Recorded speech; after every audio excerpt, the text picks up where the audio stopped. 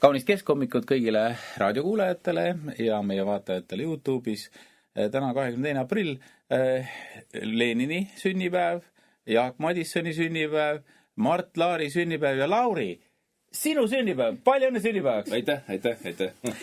Ja stuudios on siis täna Keskerakonna Riigikogu fraktsiooni esimees Lauri Laats, keda kõik teavad ja keda kõik ka absoluutselt teavad, on Keskerakonna peasekretär Anneli Ott ja mina olen saatejuht Janek Mägi.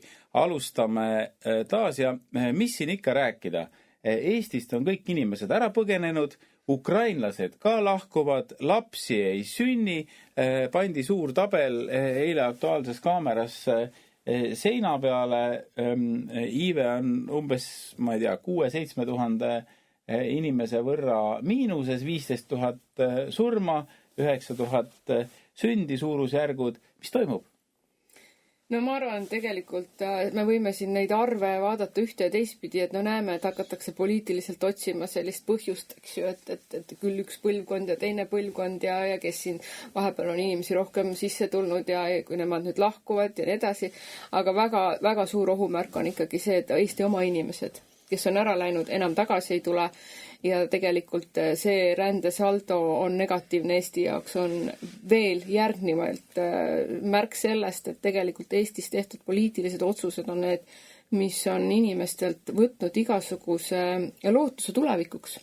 Ja see on see, mis on tegelikult noortele inimestele tegelikult otsuste tegemisel väga oluline. Kas nad näevad seda perspektiivi või nad ei näe. Ja täna me näeme seda, et kui sa võtad ükskõik mingise meediakanali, võtad ajalehe lahti, ainult negatiivsed uudised. Et mul just siin ühel rahvakohtumisel tuli naisterahvas ütles, et ta ootab nii valimisi, et ta ei jõua enam seda aastat ära oodata, et see valitsus muutuks. Ja see näitabki seda, et inimestel igasugune kannatus hakkab katkema, aga noored on need, kes teevad otsused. Nemad lähevad minema, nemad teevad valikud, nad otsustavad, et lapsi ei sünni ja siin ei saa riik hakata hurjutama või rääkima sellest, kuidas see on meie ühiskondlik vastutus ja me kõik oleme sellega seotud. Olemegi seotud, aga oleme seotud läbi nende otsuste ja läbi keskkonna kujundamise noorte jaoks. Lauri, millal sina siis välismaale kolid? Ei, praegu veel plaani ei ole. Et ma siiralt loodan, et järgmine aasta märtsikuus me saame olukorda paremaks teha läbi selle, et inimesed teevad õiged valikud valimiskasti juures. Ja tõesti Reformierakond koos oma satelliiterakondadega saadetaksegi varumeeste pingile. Aga see, mida me näeme, on tegelikult ju praeguse valitsuse, kelle eesotsas on Reformierakonna nii-öelda töövili. Ja me oleme sellest ju Riigikogus pidavalt rääkinud, meelde tuletanud, aga miskipärast Reformierakonna juhtivad poliitikud sellest aru ei saa. Ja see on iseenesest probleem, et aru ei saa, et ei ole inimestel rohkem usaldust nende vastu ja kõik need tegevused, mis seal valitsus tehakse ja ellu viiakse, need rohkem ei kõneta mitte kedagi tegelikult. Ja see üleüldiselt tekitabki sellise nii-öelda olukorra, kus inimestel ei olegi rohkem seda kindlustunnet ja rääkimata sellest, et toimetuleku küsimus on teravalt üleval ja kõik ka uuringud ja küsitlused näitavad seda. Et ükskõik, kas seda teevad pangad, ükskõik mis institutsioonid, ülikoolid, seesama Riigikantseleigi tegi viimased küsitlused ja uuringud, et kõik näitavad negatiivset tendentsi. Ja vaatamata sellele, kui me oleme küsinud lugupeetud peaministrit või siis teistelt ministrit, et kas teil on mingisugune plaan ka, et sellest olukorrast välja tulla, sellepärast arvud ju näitavad seda, siis ei ole mitte mingisugust plaani. Ja ka viimasedki sõnavõtud Riigikogus, ma saan aru, et ma olen Reformierakonna liikmetel pannud pea valutama. Et kui ma räägin, räägitakse, et ma räägin valjult, järelikult on valus kuulata. Mina just mõtlen, et sina räägid liiga vaikselt, Lauri, et... Ei, oleneb olukorrast, et kui on terav teema, siis tuleb ka valjult rääkida ja otse ja sirgelt ja ausalt tuleb rääkida. Aga tõenäoliselt see jutt ikkagi ei meeldi Reformierakonna liikmetele, siis nad teevad ka teatud märkused, et Laats on ikkagi liiga vali seal Riigikogu saalis, et võiks rohkem vait olla. Nii nagu Laur ütleb, et praegu mulle tundub see tendents on selline, et teeme hästi palju erinevaid konverentse ja uuringuid, et proovime siis nagu selle põhjust kaevata. Iga inimene täna teab, kus see põhjus on tegelikult. Ja kui riigi strateegilised ressursid müüakse maha, kui inimestel ei ole siin turvaline enam hooldekodus, eks ju, kui toidujulgeolek on ainult inimeste enda asi, et neid asju on nagu nii palju ja siis me teeme konverentse, uuringuid, kõik mis maksab, keegi saab tööd teha ja siis me tuleme kokku ja arutame, aga reaalsus on see, et poliitilised otsused ei aita kaasa kuidagi sellele, et seda olukorda parandada. Ja see jutt ka, et me oleme kuskil, meil on oht ja see oht on täna kohal. Me oleme jõudnud sellesse olukorda, kui 10 000 inimest on aastaga vähemaks jäänud, siis ei ole väga pikk tee minna, kus siit enam tagasi pöörata ei ole võimalik. Nii et neid otsuseid tuleb hakata tegema täna. Inimesed peavad nägema, just noored peavad nägema, et Eesti teab, kuhu ta läheb, mis on see perspektiiv, mille nimel me siin toimetame. Ja seda täna ei ole. Ja selles osas siin uuringuid võimegi jääda tegema, miks seda juhtu tegelikult, see vaatab meile iga päev otsa ja see on täpselt see, mida Lauri ütleb, et kui tunnistada ei taheta, siis loomulikult hakkab pea valutama, aga me peame seda rääkima, iga päev rääkima sellest. Janek, Reformierakonna on olemas ka lahendus. On olemas lahendus. Mina ei ole kuulnud. See on naljajutt. Ei ole see naljajutt, mitte mingil juhul ei ole see naljajutt. Meil on praegu menetluses 2 välismaalaste seadust. Saad aru, kuhu ma tüürin? Välismaalaste seadust, millega antakse suuremad õigused välismaalastele, antakse suuremad kvoodid ja loomulikult veel langetatakse ka palka. Ehk siis, kui praegusel hetkel on selline olukord, kus sa võtad võõrtööjõudu Eestisse, siis sa pead vähemalt maksma, seal on erinevad nii-öelda koefitsiendid, aga vähemalt keskmist palka või isegi rohkem. Nüüd siis läbi nende muudatuste seadus tehakse koefitsiendiga 0,8. Ehk siis, kui sa võtad võõrtööjõu tööle, toota Eestisse, siis sa ei peagi rohkem talle keskmist palka maksma, aga sa maksad keskmist palgast 0,8. Ja see ongi siis praegu Reformierakonna nagu lahendus, ma saan aru, et kuidas nad siis tahavad rahvaarvu nagu suurendada. Et kurb, aga tõsi, aga sinna, see nagu tüürib kogu see tegevus on ja. Ja nad üldse ei anna endale aru, et mis probleemid võivad sellega üldse veel kaasnedagi. Ehk siis selle probleemi, mis nad on tekitanud praeguses olukorras, kus rahvas rändab välja, sündivus on langenud, tööjõuturul on meil probleemid, spetsialiste ei jagu, on ju, siis toome võõrtööjõu sisse ja toome ta veel odavam sisse, kui praegu need inimesed meil palka saavad. Sa arvad, kuidas see lõpeb?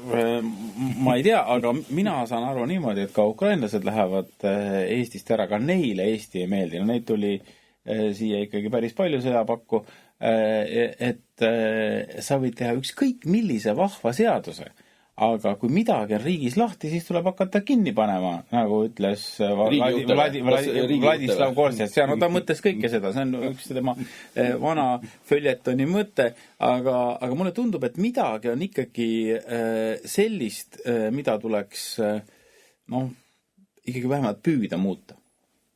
No tegelikult Eesti on ikka väga ilus ja ma arvan, et Eestis on nagu hea elada just sellepärast, et siin on väga tublid inimesed ja nüüd hiljutine rahandusministri väljaütlemine, kuidas Eesti inimesed, tegelikult ta ju ütles, et nad on tublid, et nad kasvatavad ise toitu, et nad käivad metsas. Tema probleem oli see, et nad ei maksa selle pealt makse.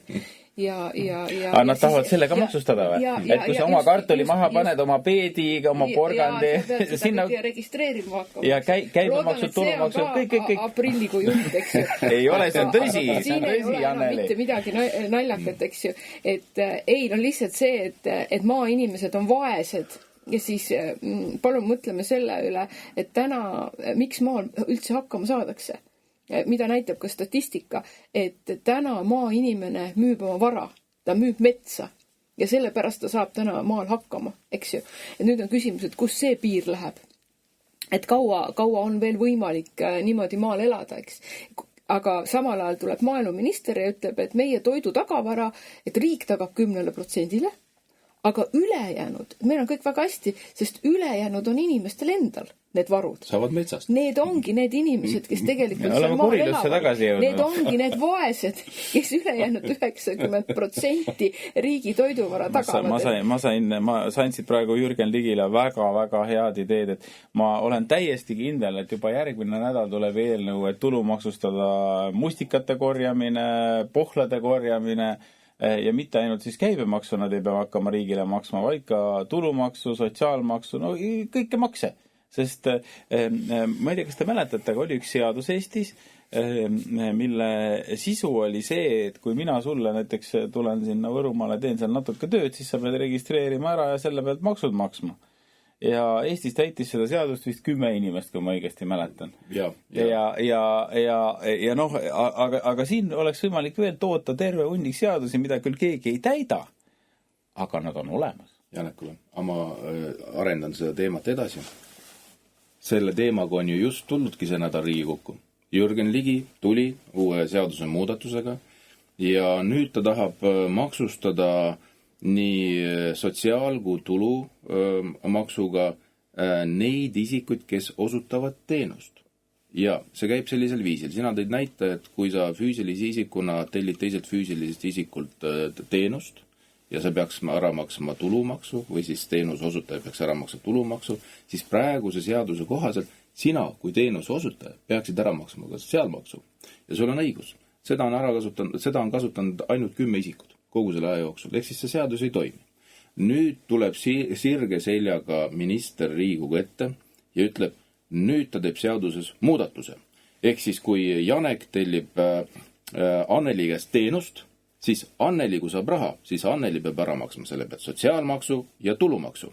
Küsimus, mis te arvate, et kas neid inimesi, kes seda seadust hakkab järgima, tekib rohkem kui 10? Ei usu. Ma arvan, tekib vähem, sellepärast, et kui need inimesed lugesid ja kuulasid seda uudist, eks ole, siis nad said aru, et kuidas ma saan olla nii loll. Et kuidas ma saan olla nii loll. Mitte keegi seda ei täida. No muidugi, kui nüüd korraks tõsineda, siis riigi ülesanne on teha selliseid seadusi, juristina ma võin öelda, mida ta suudab ka tegelikult kontrollida.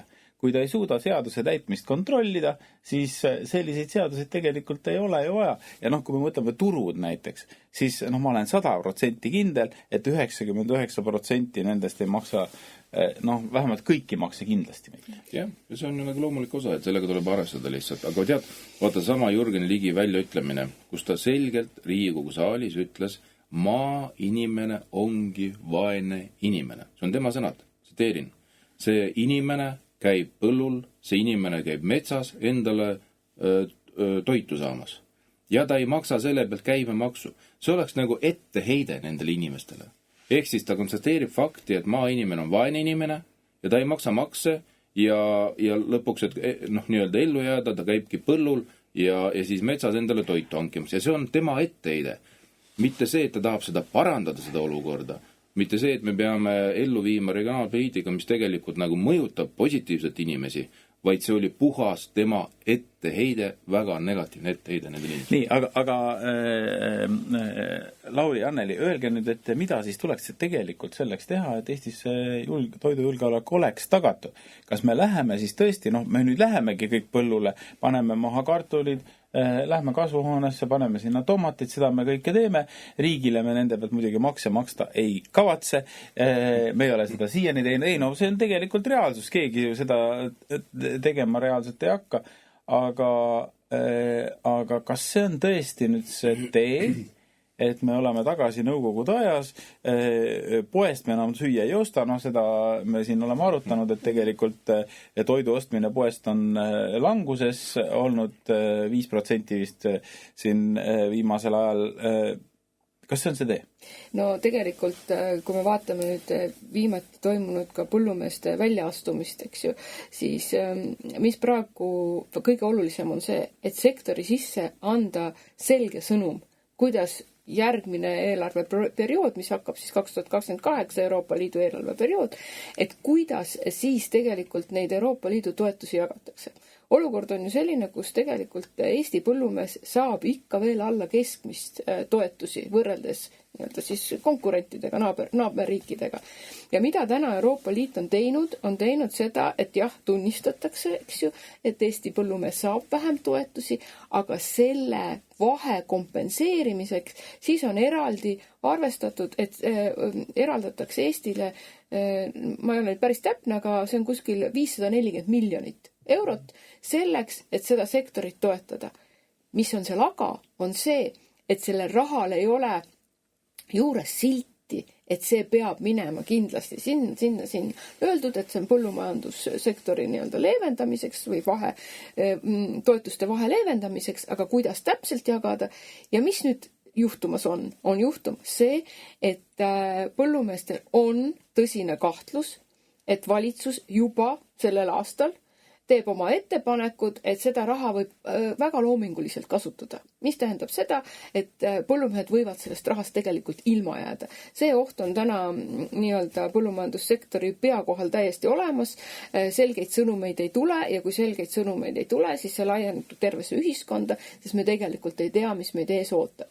Ja kui kahjud on juba väga mitmeaastased, eks ju, investeeringuvõimekust enam ei ole, pidevalt ollakse miinuses, sisseostu hinnad tegelikult ei ole tõusnud, siis me oleme täna olukorras, kus tegelikult kas tehakse veel põllumees lihtsalt vastutustundest, külvab vilja maha, eks, aga see ei ole perspektiivis pikaajaline ja jätkusuutlik.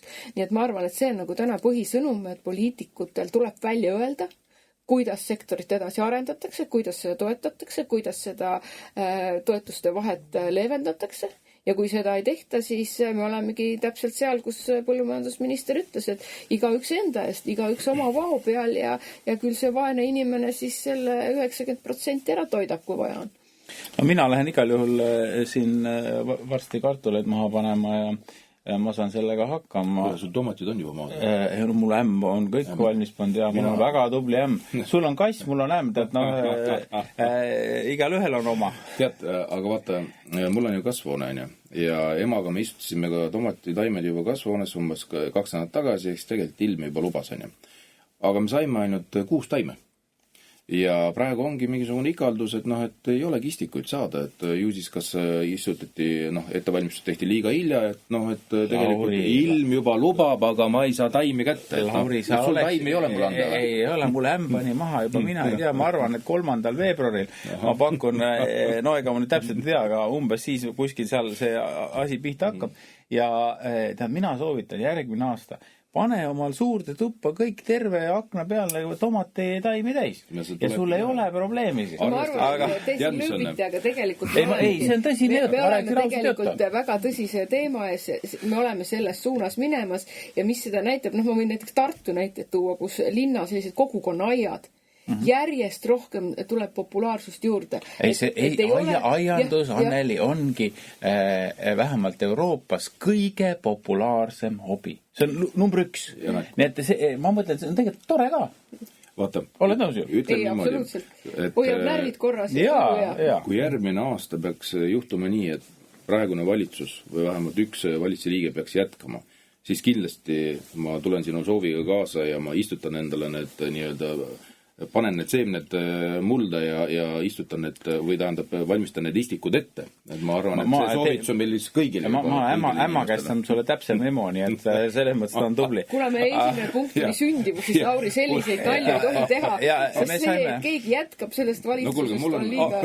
Olgu, Lauri, palju õnne. Ma räägiks ikkagi toiduainetest ka lõpuni. Tead, vaata, küsimus on selles, et kui see asi täpselt nii läheb, nagu ta läheb, siis ega meil suurt pidu siin ei ole ja meie üleüldine toidu nii-öelda sektor, kes valmistab meile toitu, eks ta põhja pool läheb, on ju. Seal lisaks nende toetustele on vaja teha ka muudatus toiduainete käibemaksus.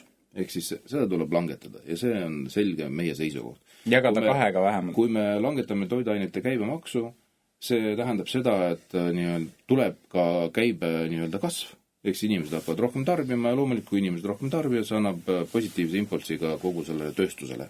Ja teine pool, et kui me oleme kasvatanud peale juba sisetarbimise, siis me peame ka oma toodangut välja saama Eesti riigist. Ja see on ka oluline. Ehk siis rohkem andagi sellist võimsust ettevõtetele juurde.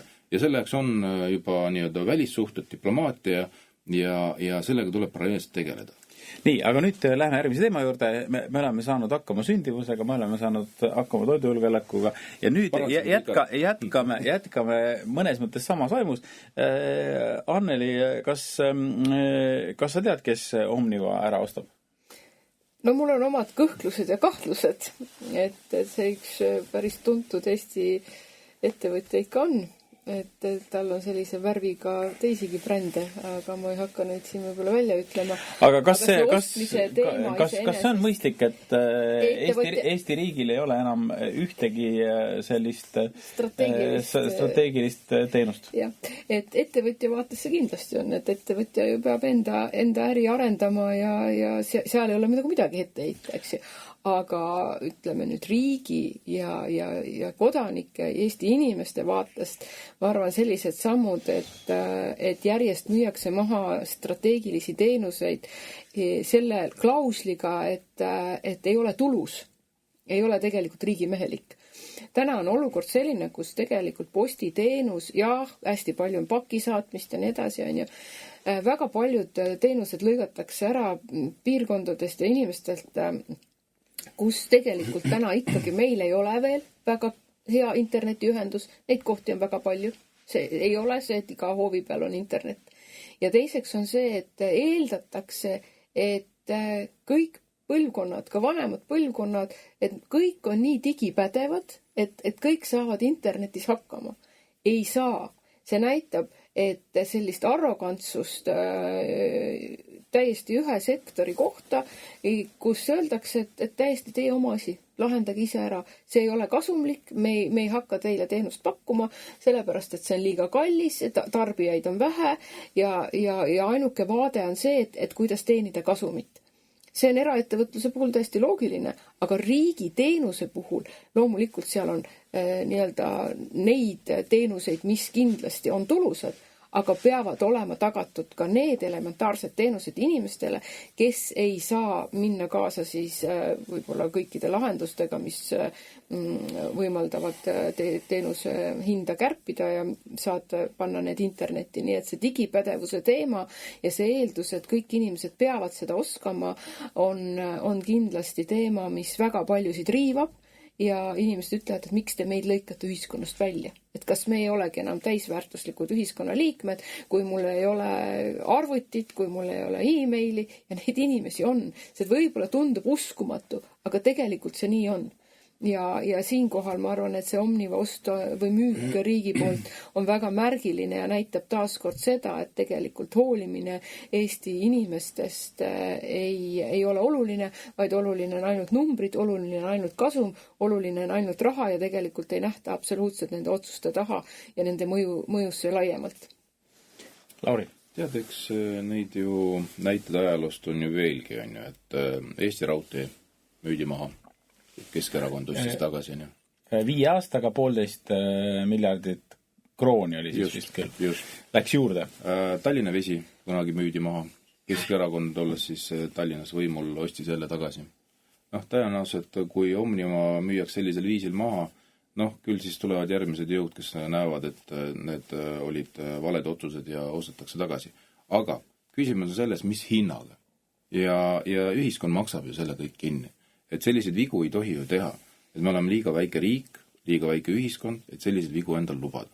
Ja selge on see, et kui Omniva lähebki erakätesse, siis ka regionaalminister ütles välja, et perspektiivis ta näeb ka seda, et postiteenuse hind tõuseb meeletult ja nii-öelda lähiajal 5 aastat pluss kaob ka ära.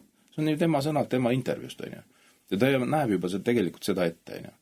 Ja meie riigina loomulikult peame tagama selle teenuse, see on oluline meie inimeste jaoks ja sellisel viisil ju peaks ka riik eksisteerima, et kuidagi on nagu asjad tõesti siin väga viltu ja need inimesed, kes on eesotsas tihtipeale juba noorem põlvkond, need ei tajugi tegelikult üleüldiselt, kuidas olukord ühiskonnas on, et meil on erinevad vanusegrupid, erinevad oskused on inimestel ja kõik nii edasi, sellega kõigiga tuleb arvestada, me peame olema solidaarsed.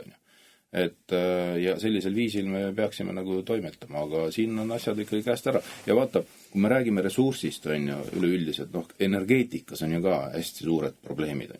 Ühest küljest me näeme, et meil on Eesti Energia oma tütarettevõtetega, kes tagab meile osaliselt elektri. Me näeme, et nendest ettevõtetest võetakse riigi poolt välja dividendid, mis tähendab tegelikult ju, see on ju teiselt poolt jällegi inimeste maksustamine, et kui sa müüd mingi hinnaga elektri maha ja ettevõte teenib sealt kasumi, ja riik võtab selle kasumi välja, siis ju tegelikult see on ju topeltmaksustamine. Selle asemel, et arendada ettevõtet, riigiettevõtet, selle asemel, et seda raha panna just nimelt riigiettevõttesse, et see elektri hind saaks madalamaks tuua. Seda ei tehta. Lisaks sellele veel müüakse maha erasektorile väga suure koguse meie rahva maavara ja sellisel viisil, et keegi sellest mitte midagi ei teadnud. Mind muuseas, te võib-olla ei tule selle pealegi väga närvi see, et Omniva ehk Eesti Post on ära lörtsinud filatelia Eestis. Et sellise nagu, noh, kuidas öelda, varaliigi sellest mitte hoolimine on väga halb. Näiteks Inglise kuninganna Elizabeth II päranduse üks võtmeosasid oli margi kollektsioon. Ja seal olid siis ülemaailmselt kõik, aastast 1839 ja sellisest markide algusajast pärit olevad margid, mille, ühe väikese margikese hind võis seal olla, miljonites. Mitte, ikkagi väga suur.